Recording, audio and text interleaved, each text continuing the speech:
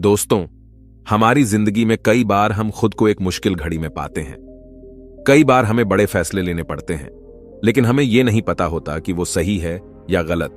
क्या उस फैसले का परिणाम हमारे जीवन में खुशियां लाएगा या मुसीबत। लेकिन कई बार हमारे पास सही निर्णय लेने की सुझाव नहीं होते और हम जल्दबाजी में फैसला कर लेते हैं, और उन फैसलों की वजह से हमारी जिंदगी सुखमयी हो सकती है या फिर हमारी जिंदगी नरक से भी बढ़कर हो सकती है। इसलिए सही फैसला लेने की क्षमता हमारे जीवन में सफलता हासिल करने के लिए आवश्यक है।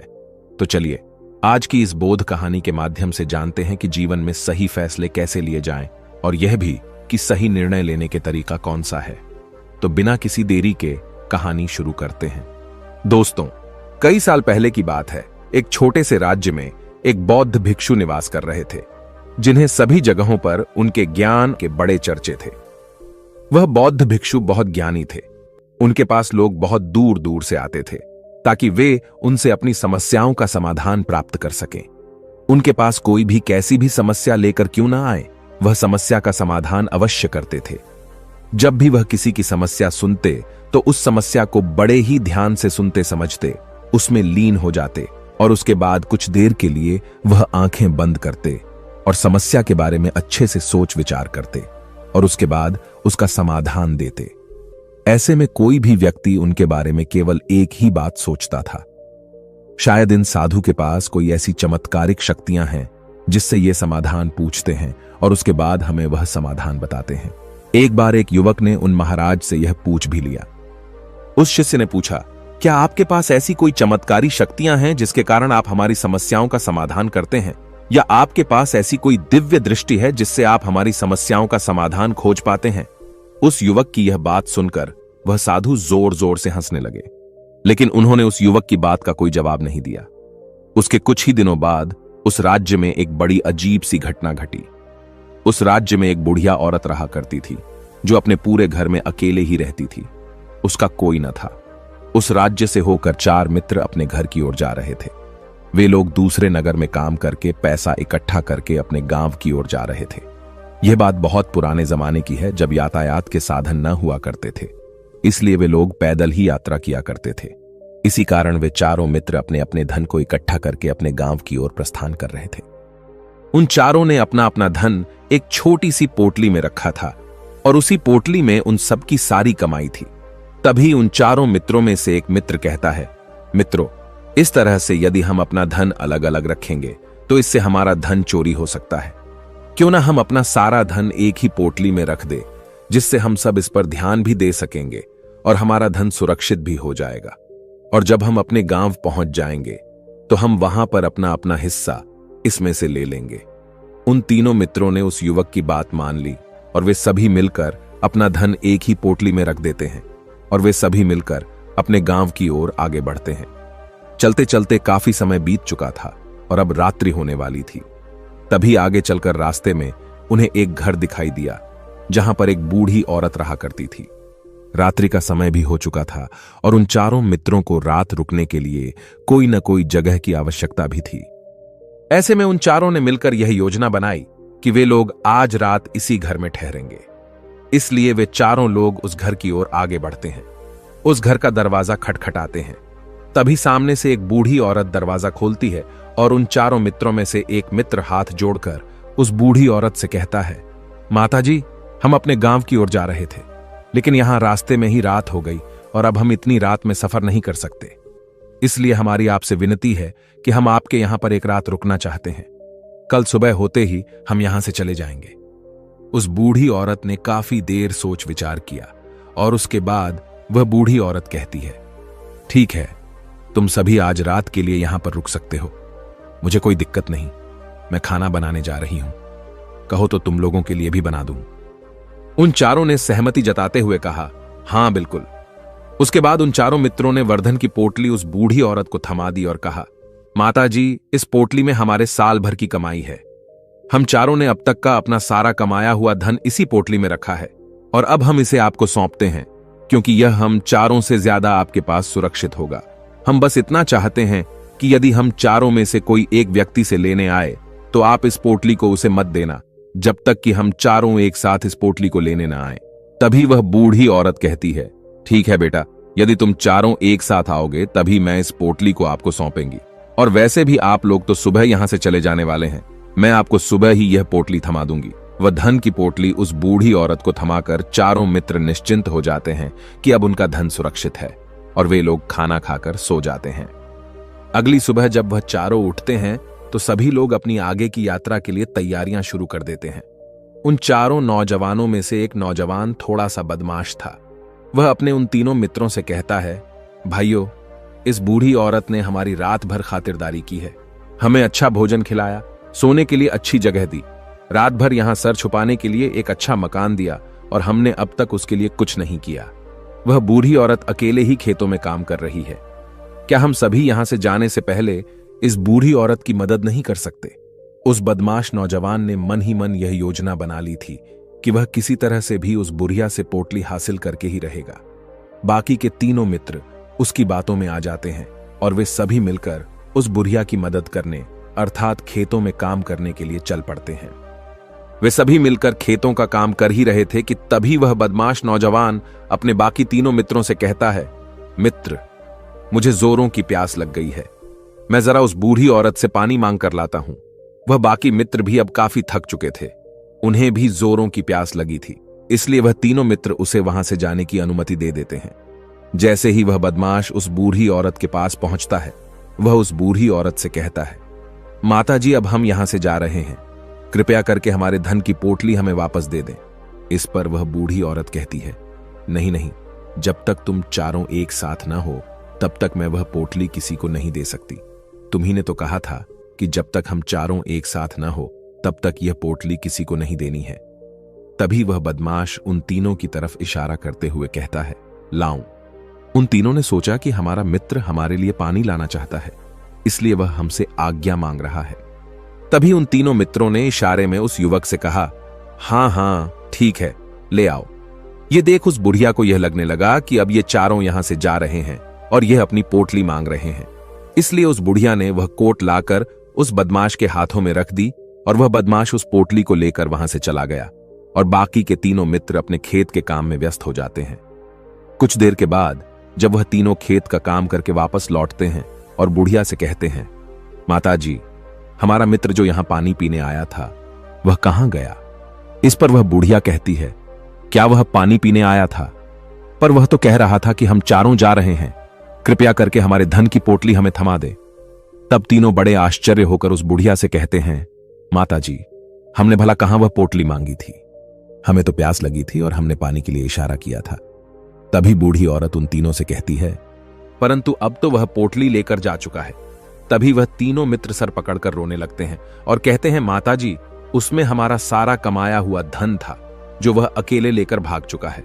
हमने तो आपको कहा था कि जब तक हम चारों एक साथ ना आए तब तक आपको वह पोटली किसी को नहीं देनी है, फिर आपने ऐसा क्यों किया?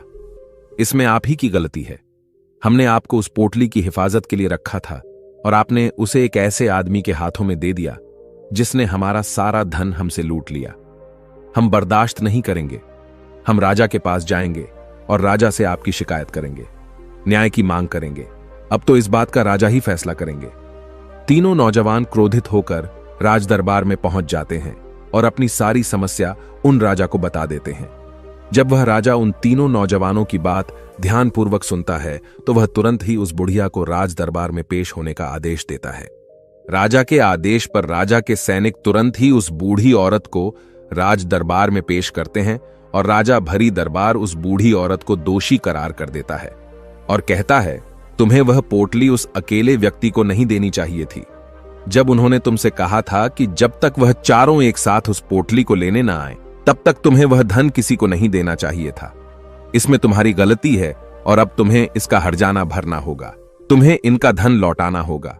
राजा का यह आदेश सुनकर बूढ़ी औरत फूट फूट कर रोने लगती है और राजा से मदद की गुहार लगाती है और कहती है, हे राजन, मैं तो एक बूढ़ी औरत हूं और मेरे पास इतना धन नहीं है और न ही मेरे घर में कोई ऐसा है जो धन कमाता हो। मेरे पास इतना धन नहीं कि मैं इनका धन लौटा सकूं।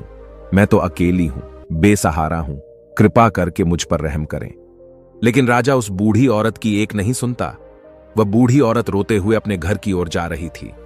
यह सोच रही थी कि आखिर मैं इतना धन कहां से लाऊं कि कैसे मैं उन लोगों का यह धन उन्हें लौटाएंगे। मेरे पास इतना धन नहीं है। मैं क्या करूं, कैसे करूं, कहां से लाऊं इतना धन? यदि मैंने उनका धन नहीं लौटाया तो मुझे राजा मार डालेगा। वैसे भी मेरी ही गलती है। जब उन चारों ने मिलकर मुझसे कहा था कि जब तक हम चारों एक साथ ना आए तब तक वह पोटली किसी को नहीं थमा दी है, फिर भी मैंने वह पोटली केवल उस एक व्यक्ति को थमा दी। इसमें गलती तो मेरी ही है। वह रोते रोते ये सारी बातें सोचते हुए अपने घर की ओर जा रही थी।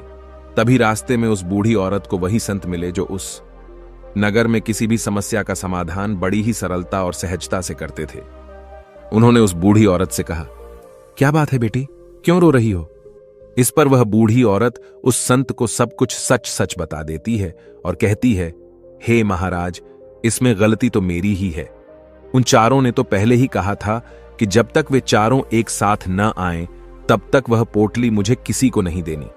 लेकिन मेरी हिम्मत मारी गई थी जो मैंने वह पोटली केवल एक व्यक्ति को थमा दी और वह उनका सारा धन लेकर वहां से भाग गया।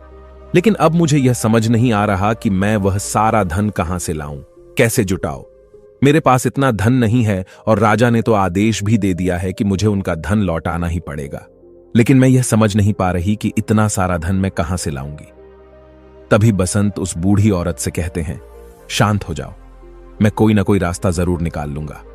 इतना कहकर वह संत वहीं पर बैठ जाते हैं, ध्यान करने लगते हैं। कुछ देर के लिए आंखें बंद कर सोचते हैं, विचार करते हैं। मौन रहकर वह समस्या का समाधान निकालते हैं और उसके बाद वह उस बूढ़ी औरत से कहते हैं, बेटी, राजा ने फैसला किया है वह बिल्कुल गलत है। आपने जो किया इसमें आपकी कोई गलती नहीं है। राजा का फैसला गलत है। उन संत के इतना कहने पर बूढ़ी औरत चुप हो गई और यह सोचने लगी कि आखिर राजा का फैसला कैसे गलत हो सकता है। राजा तो सभी के लिए न्याय ही करते हैं और वह कभी किसी का बुरा नहीं करते। फिर आखिर आज राजा का फैसला कैसे गलत हो गया? उन संत और उस बुढ़िया की बात आसपास के खड़े लोग सभी लोग सुन रहे थे और वे लोग भी बड़े अचरज में थे, क्योंकि राजा का फैसला कैसे गलत हो सकता है। राजा ने तो बिल्कुल सही फैसला लिया है। इस बूढ़ी औरत ने ही गलती की है। उन चारों का धन केवल एक ही को थमा दिया। ऐसे में इस बुढ़िया को उनका धन तो लौटाना ही चाहिए। राजा ने गलत फैसला कहां किया है?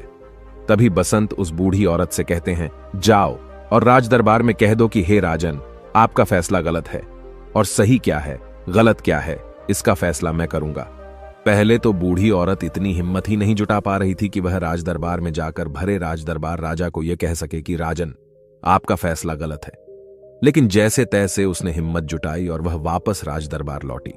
उसने डरते हुए भरे राज दरबार राजा से बड़ी थर्राती आवाज में कहा, हे राजन, आपने जो फैसला किया है वह फैसला गलत है। इतना कहकर उसने राजा को सारी बात सच सच बता दी। उस बूढ़ी औरत की बात सुनकर राजा बहुत क्रोधित हुआ। राजा ने उस बूढ़ी औरत से कहा, कौन है वह संत जिसने मेरे फैसले को गलत बताया है? क्या उन्हें नहीं लगता कि मैंने सही निर्णय लिया है? मैं हर रोज कई निर्णय लेता हूं, कई फैसले करता हूं, लेकिन आज तक कभी किसी ने मुझसे यह नहीं कहा कि मेरा फैसला गलत है। यदि उन संत ने मुझे सही फैसला न सुनाया, उन्हें फांसी की सजा दे दूंगा। यह बात पूरे नगर में फैल गई। सभी लोग यह जानने के लिए हैरान थे कि आखिर वह साधु ऐसा कौन सा फैसला सुनाने वाले हैं जो राजा से भी उचित होगा, जिसमें सबके लिए न्याय होगा। राजा ने अपने सैनिकों को तुरंत ही आदेश दिया कि जाओ और संत को राज दरबार में लाओ।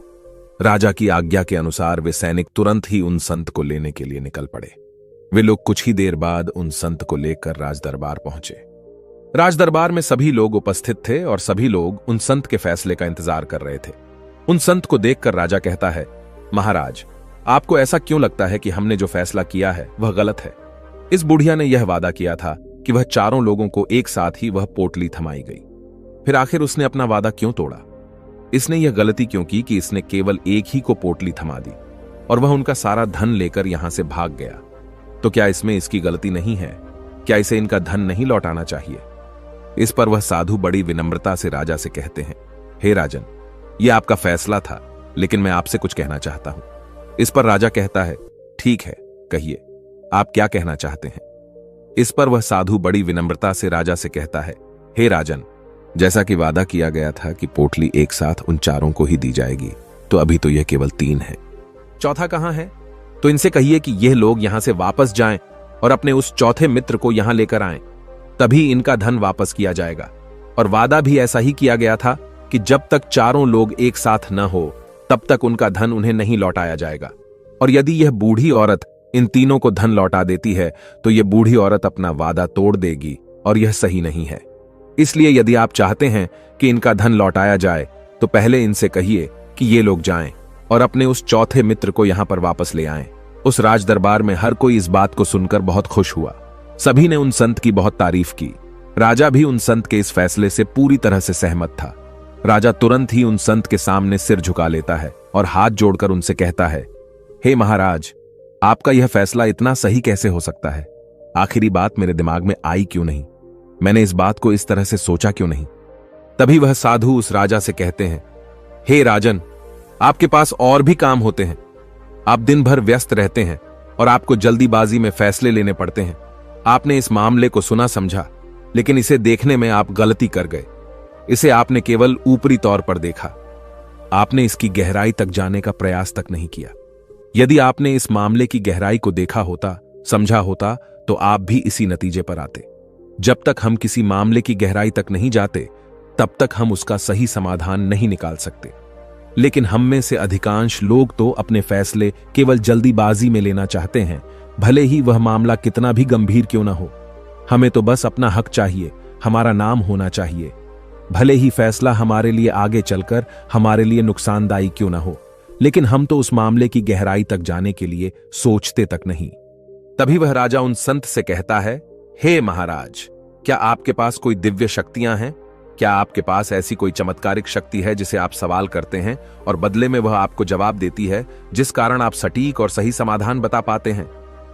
राजा की यह बात सुनकर वसंत मुस्कुराने लगे और राजा से कहते हैं, हे राजन, यह सवाल मुझसे कई लोगों ने पूछा है और मैंने कभी किसी का कोई जवाब नहीं दिया। लेकिन आप इस राज्य के राजा हैं, इसलिए मैं आपके इस प्रश्न का उत्तर देता हूं। आप में से कई लोगों को यहां ऐसा लगता है कि मेरे पास कोई ऐसी शक्तियां हैं जिससे मैं बात कर सकता हूं, जिससे मैं कोई भी समस्या का समाधान पा सकता हूं। लेकिन मैं आप लोगों को एक बात सच सच बता देता हूं, मेरे पास ऐसी कोई शक्तियां नहीं हैं। मैं तो केवल हर मामले की गहराई तक सोचता हूं, उस बात पर विचार करता हूं, और जब मैं विचार करता हूं तो मेरे सामने कई सारे समाधान आते हैं, और जो समाधान मेरे सामने आते हैं मैं उन पर भी विचार करता हूं, उनके बारे में भी गहराई तक जाता हूं। और जब मुझे लगता है कि इस समस्या का समाधान यही होना चाहिए, तभी मैं समाधान उस व्यक्ति को देता हूं ताकि वह अपनी समस्या का समाधान कर सके। अब आप ही सोचिए, आप जल्दीबाजी में यह फैसला लेकर इस बुढ़िया का जीवन पूरी तरह से बर्बाद कर देते। हमारा पूरा जीवन केवल एक फैसले पर निर्भर करता है। यदि वह फैसला सही हुआ तो हमारा जीवन अच्छा बन जाएगा, और यदि वह फैसला गलत निकला तो हमारा जीवन नर्क से भी बदतर हो सकता है। इसलिए यदि आप सही और सटीक फैसला लेना चाहते हैं तो आपको मौन रहना सीखना पड़ेगा। मौन रहकर उस पर विचार करना सीखना होगा, क्योंकि हमारे फैसले ही हमारा भविष्य तय करते हैं, हमारी जिंदगी का अगला पड़ाव तय करते हैं। फिर चाहे वह फैसले छोटे हों या बड़े, वे ही हमारी जिंदगी को निर्धारित करते हैं। इसलिए सबसे पहले हमें सही फैसले लेने के लिए मौन रहना सीखना आवश्यक है, उन पर विचार करना आवश्यक है। और जब आप ऐसा करते हैं तो आपके सामने एक ही समस्या के कई सारे समाधान निकल कर आते हैं, और जब आप उन पर गौर करेंगे तो आपको यह समझ में आएगा कि उन फैसलों का समाधान कैसा होना चाहिए, कि समाधान से आपको क्या फायदा होगा और क्या नुकसान होगा।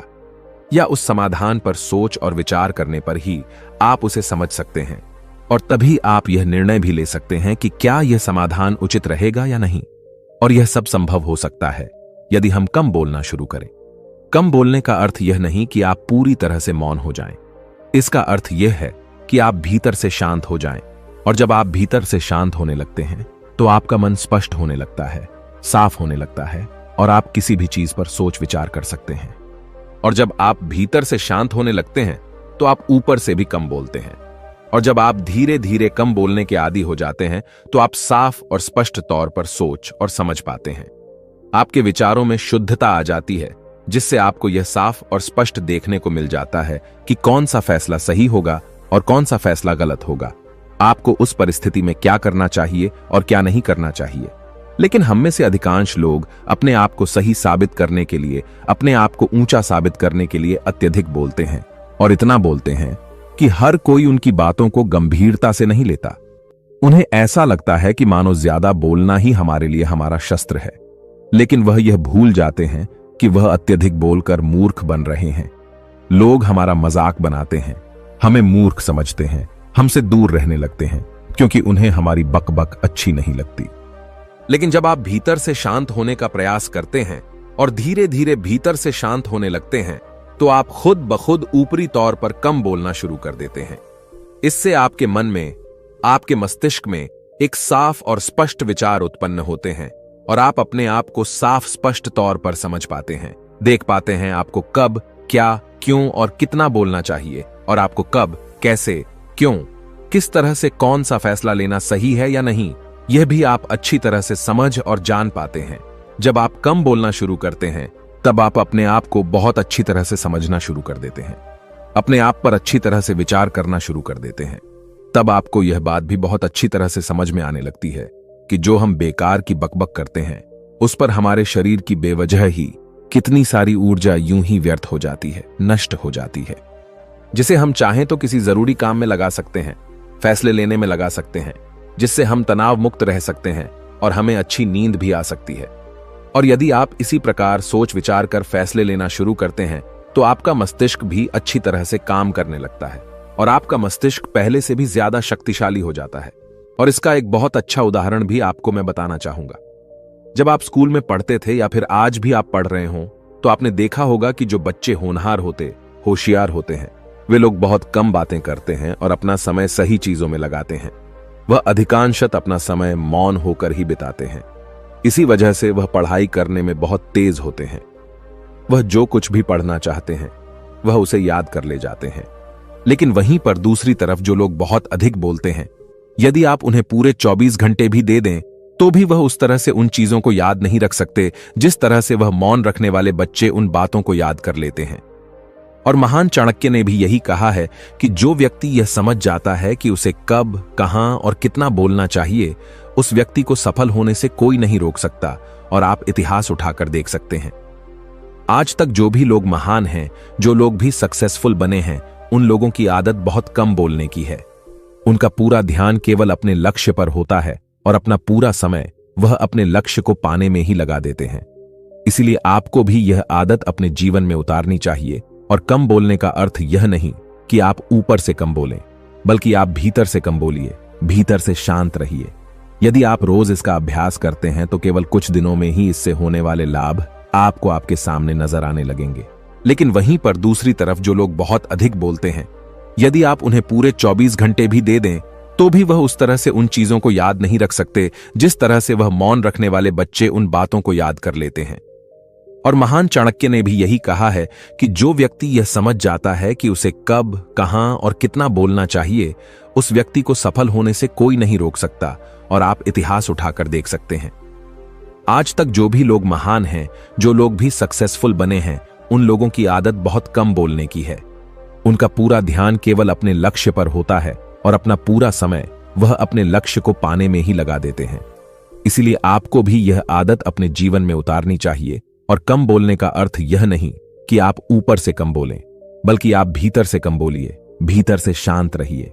यदि आप रोज इसका अभ्यास करते हैं, तो केवल कुछ दिनों में ही इससे होने वाले लाभ आपको आपके सामने नजर आने लगेंगे। दोस्तों, आपने आज के इस वीडियो से क्या सीखा, वह मुझे आप कमेंट में बता सकते हैं। इसी के साथ में उम्मीद है कि आपको आज की वीडियो पसंद आई होगी। तो इस वीडियो को उस इंसान को शेयर करें जिससे यह कहानी सुनने की जरूरत है, और उसी के ठीक बाद चैनल को सब्सक्राइब करें। तो चलिए फिर मिलते हैं ऐसी एक और नई वीडियो में एक नए मैसेज के साथ। तब तक के लिए अपना ख्याल रखें। धन्यवाद और नमो बुद्धाय।